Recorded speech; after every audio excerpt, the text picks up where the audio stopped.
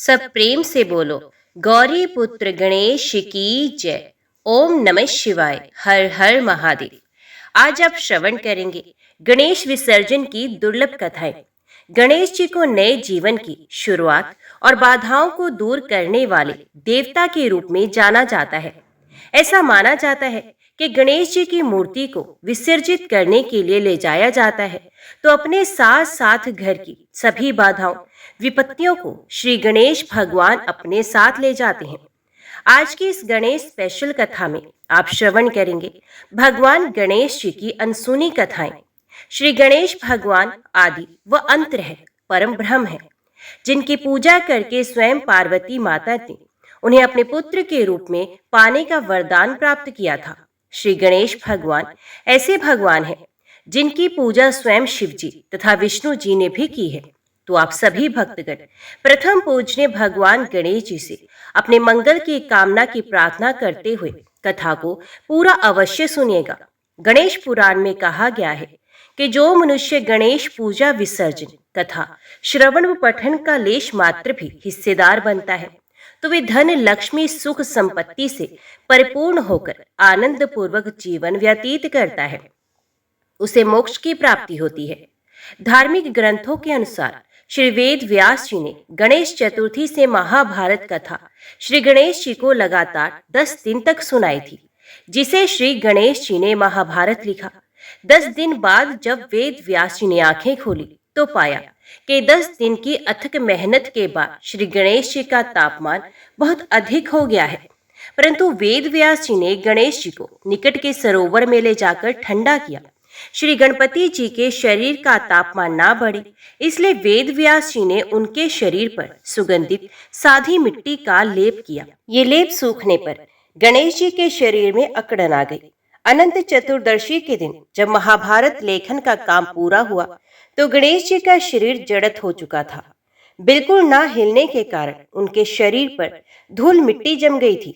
तब गणेश जी ने सरस्वती नदी में स्नान करके अपना शरीर साफ किया था। इसलिए गणपति स्थापना 10 दिन के लिए की जाती है और फिर गणेश जी की प्रतिमा का विसर्जन किया जाता है।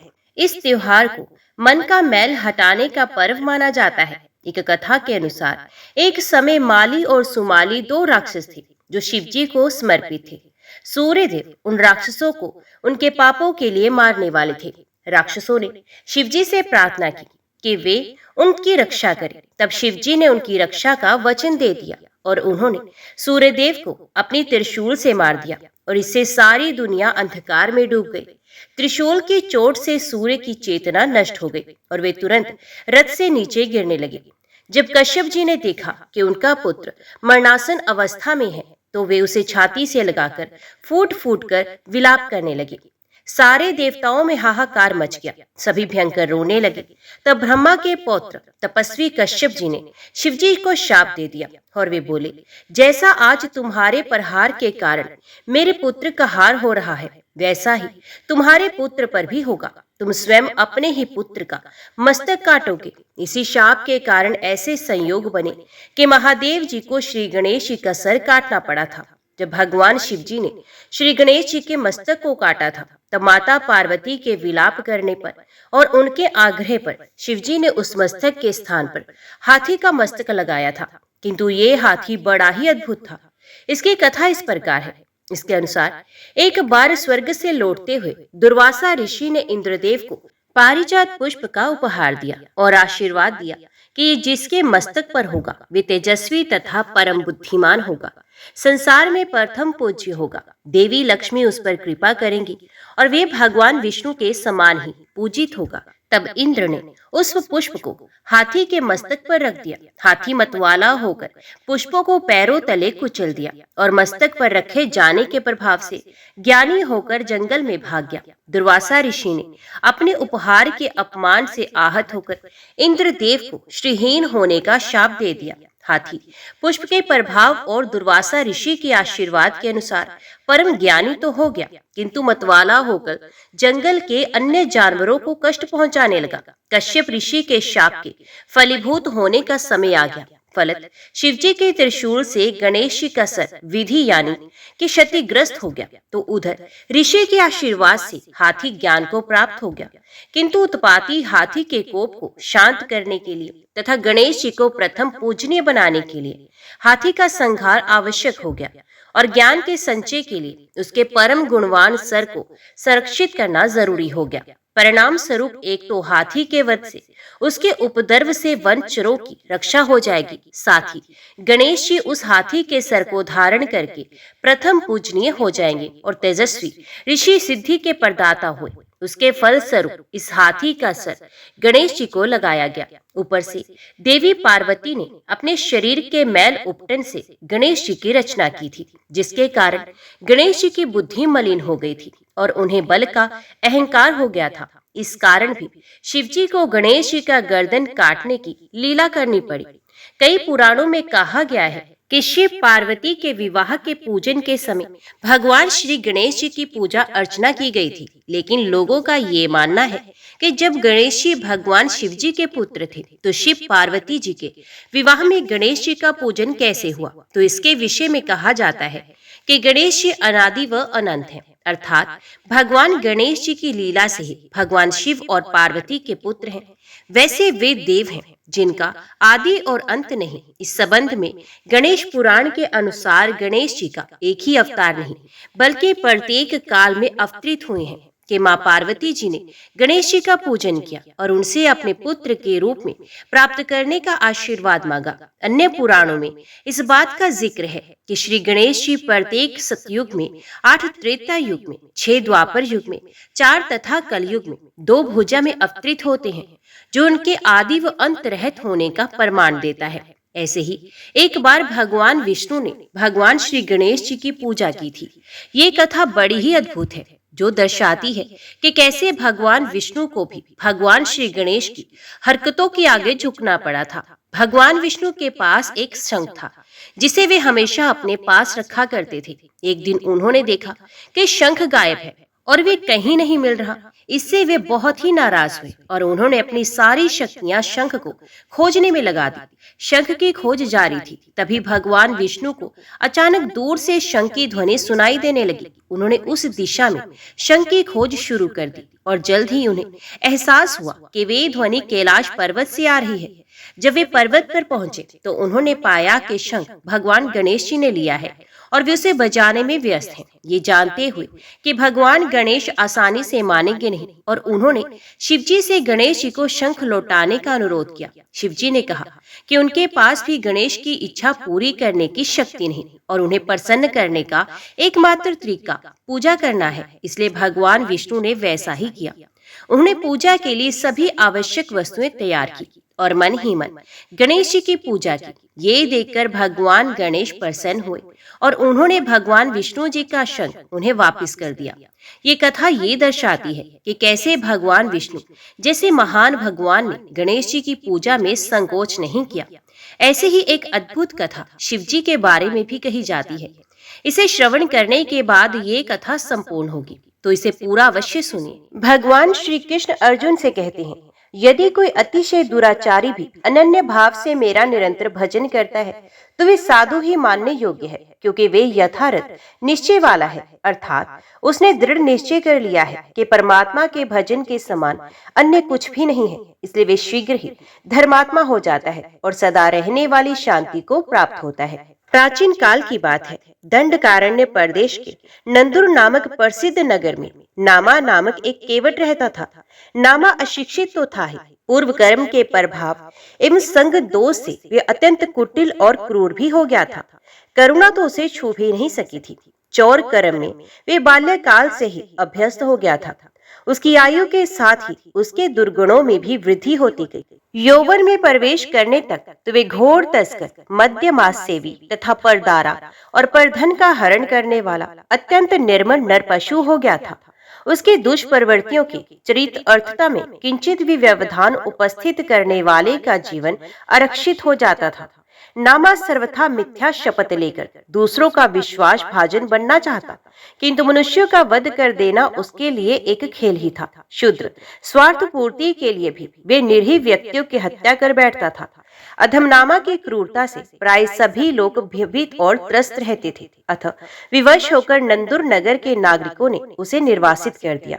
दुष्ट नामा को अपनी संपत्ति के साथ अरण्य में आश्रय ग्रहण करने के अतिरिक्त अन्य कोई मार्ग नहीं रहा। उसने नगर से दूर उत्पयका के सघन वन में आवास बनाना अपने लिए सर्वथा निरापद और उपयोगी समझा। वह सप्तनीक रहता हुआ नामा पूर्ण स्वच्छंद जीवन व्यतीत करने लगा। सर्वथा निरंकुश क्रूरतम केवट, जिसे जहां पाता वहीं लूट लेता। इस प्रकार धन प्राप्ति के लिए उसने अनेक हत्याएं की। वे धनुष बाण, ढाल तलवार, पाश तथा अनेक आयुध धारण कर यात्रियों के लिए दुर्गे बन गया था। उसके पास वस्त्र, आभूषण तथा विविध सामग्रियों का ढेर लग गया। अर्थ का उसे अभाव नहीं था, किंतु उसका लोभ उत्तरोत्तर बढ़ता ही जा रहा था। वे निर्ममता पूर्वक मनुष्य वध करता ही जाता था। क्रीड़ा करते हुए मूक पशुओं को मार डालने में उसे अद्भुत आनंद की अनुभूति होती थी।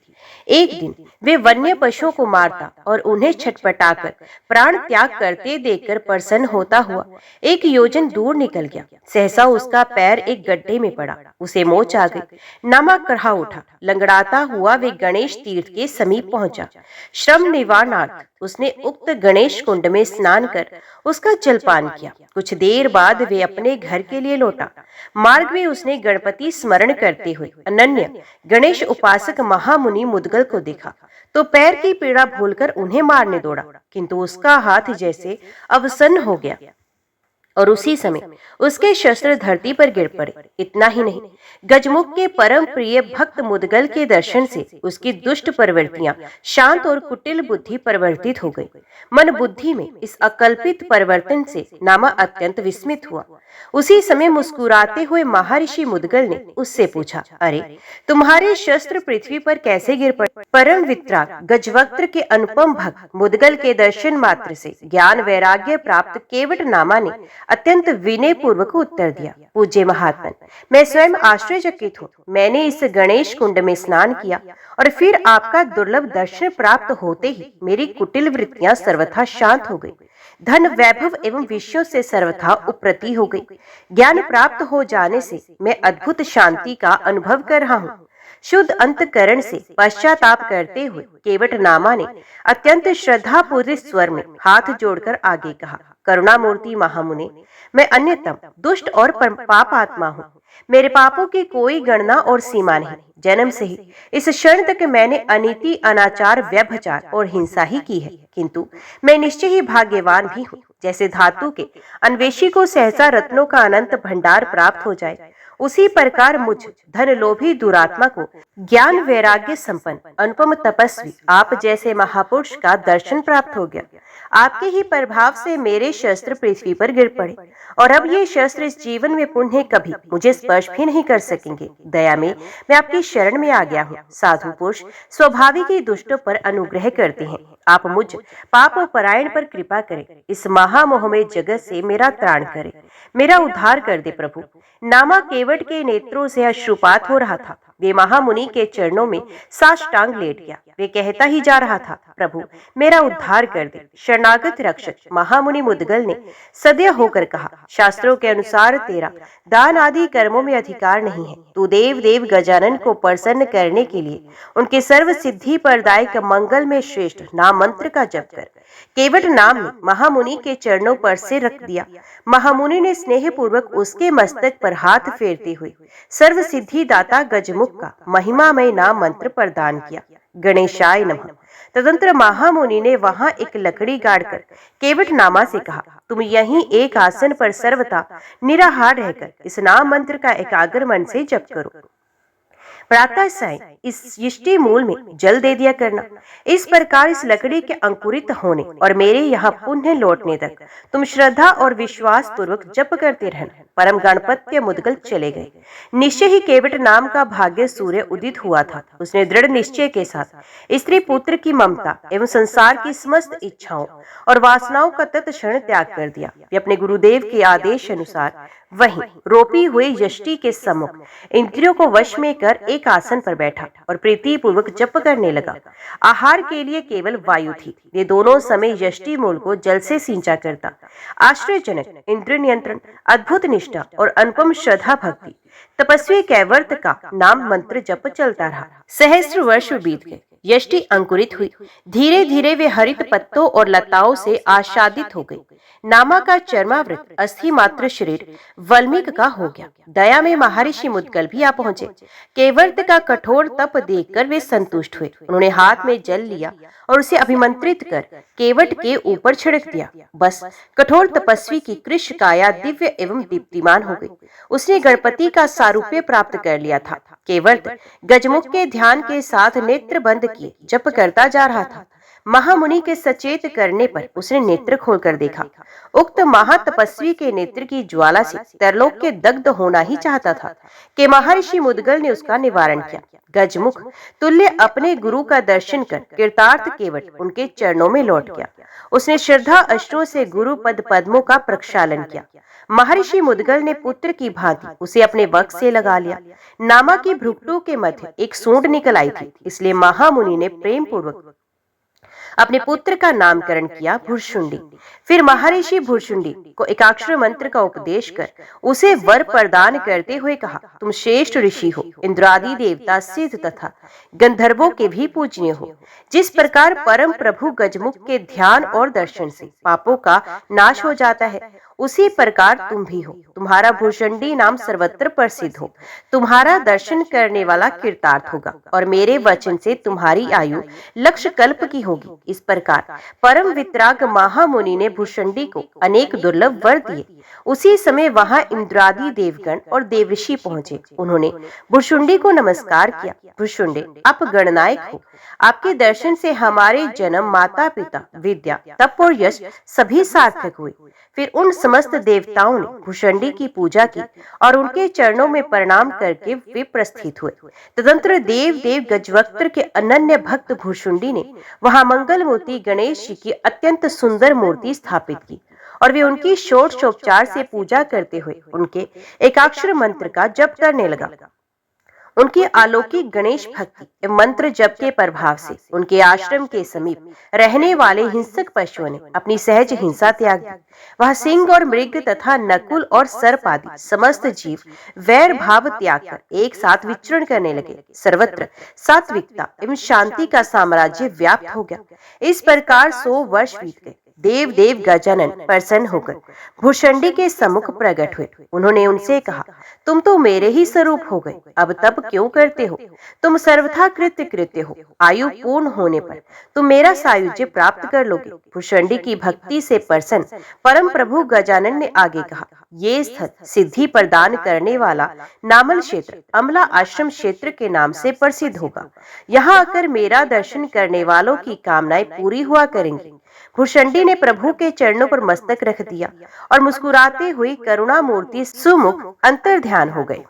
देवराज इंद्र के परमार्थ से महान असुर मत्सर का जन्म हुआ। उसने दैत्य गुरु शुक्राचार्य से शिव पंचाक्षरी मंत्र ओम नमः शिवाय की दीक्षा प्राप्त की।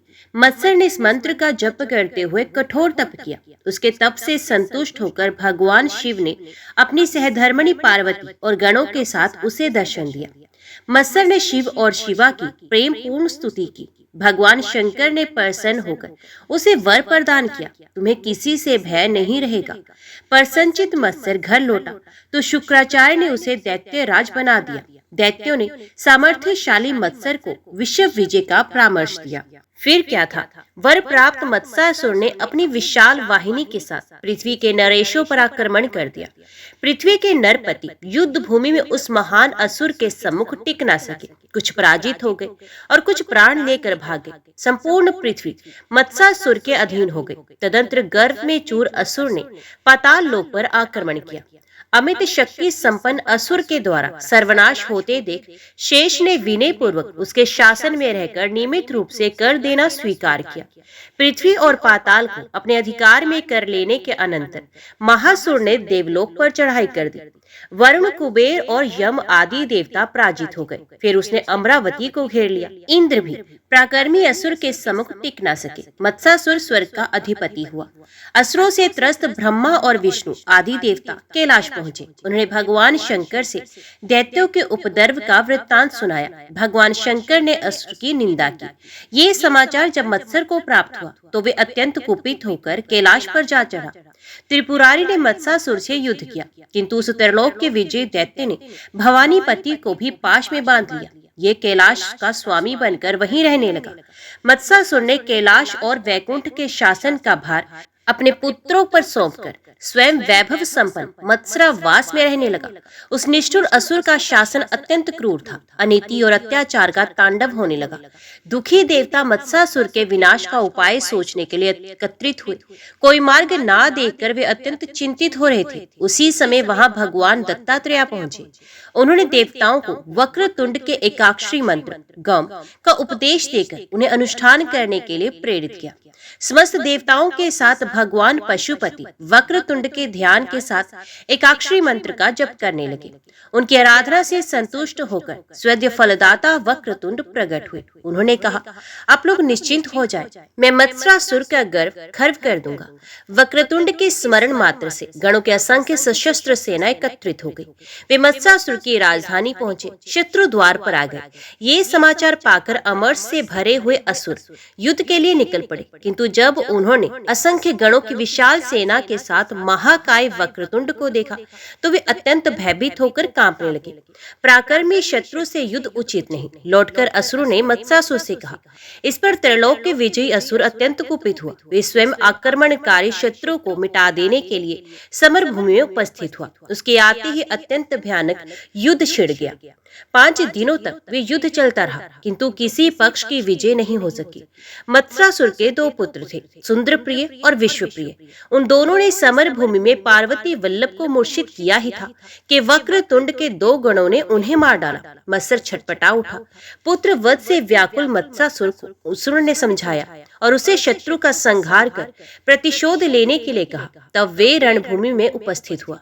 वहां उसने वक्रतुंड का अत्यंत तिरस्कार किया। दुष्ट असुर, यदि तुझे प्राण प्रिय है तो मेरी शरण में आ जा, अन्यथा निश्चय ही मारा जाएगा। देव वक्रतुंड ने उससे प्रभावशाली स्वर में कहा। पुत्र वध से आहत भयाक्रांत मत्सरासुर भयानकतम वक्रतुंड को देखकर विनय पूर्वक उनकी स्तुति करने लगा। उसकी प्रार्थना से संतुष्ट होकर दया में वक्रतुंड ने उसे अपनी भक्ति प्रदान की। प्रभु कृपा प्राप्त मत्सासुर ने निश्चिंत होकर सुख का अनुभव किया और देवगण आनंद मगन होकर वक्रतुंड की स्तुति करने लगे। देवताओं को पूर्ण स्वतंत्र कर प्रभु वक्रतुंड ने उन्हें अपनी भक्ति भी प्रदान की।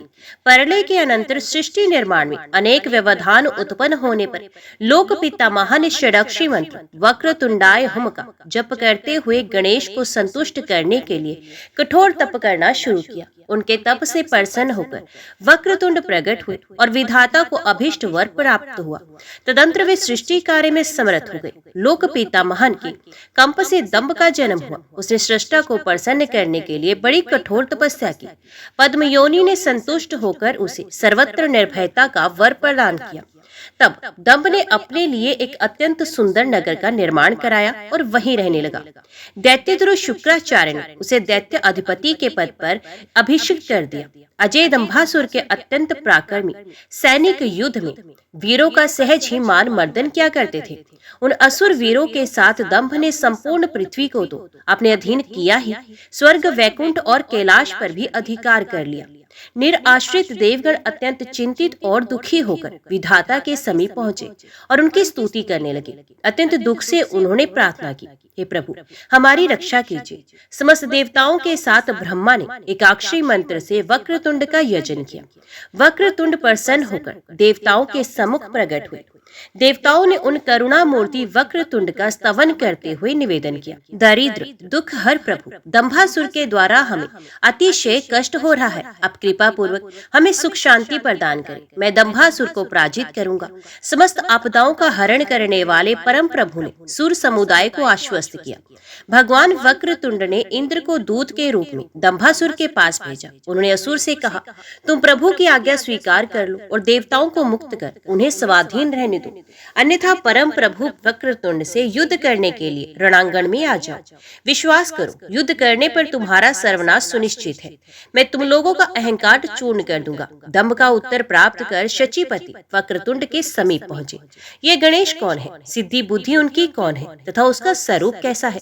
दूत के जाने के बाद दंभ ने तुरंत शुक्राचार्य के पास जाकर पूछा। शुक्राचार्य ने उसे गणेश के यथार्थ स्वरूप का परिचय दिया। अमित महिमा में वक्रतुंड के अभूतपूर्व एवं अश्रुतपूर्व दिव्य स्वरूप को जानकर दंभासुर के मन में श्रद्धा उदित हुई। उसने गणेश की शरण जाने का निश्चय किया, किंतु दैत्यगण उसका विरोध करने लगे। दैत्यपति ने सबकी उपेक्षा कर दी और वे नगर के बाहर महोदर महाकाय वक्रतुंड के चरणों पर गिरकर उनकी स्तुति करते हुए उनसे क्षमा प्रार्थना करने लगे। सहज दया में गणेश ने उसे क्षमा कर अपनी भक्ति प्रदान की। देवगण सुखी हुए, निश्चिंत होकर अपने अपने कार्य में लग गए। ओम गण गणपते नमः। आज की वीडियो में इतना ही। उम्मीद करती हूँ वीडियो आपको पसंद आई होगी। वीडियो पसंद आई हो तो वीडियो को लाइक और चैनल को सब्सक्राइब जरूर कीजिएगा। जय श्री गणेश लिखकर कमेंट बॉक्स अपनी हाजिरी और अपने सुझाव देना ना भूलेगा। तो मिलते हैं अगली कथा अगली वीडियो के साथ। तब तक के लिए देखते व सुनते रहिए। जय मां कंजक, जय माता दी।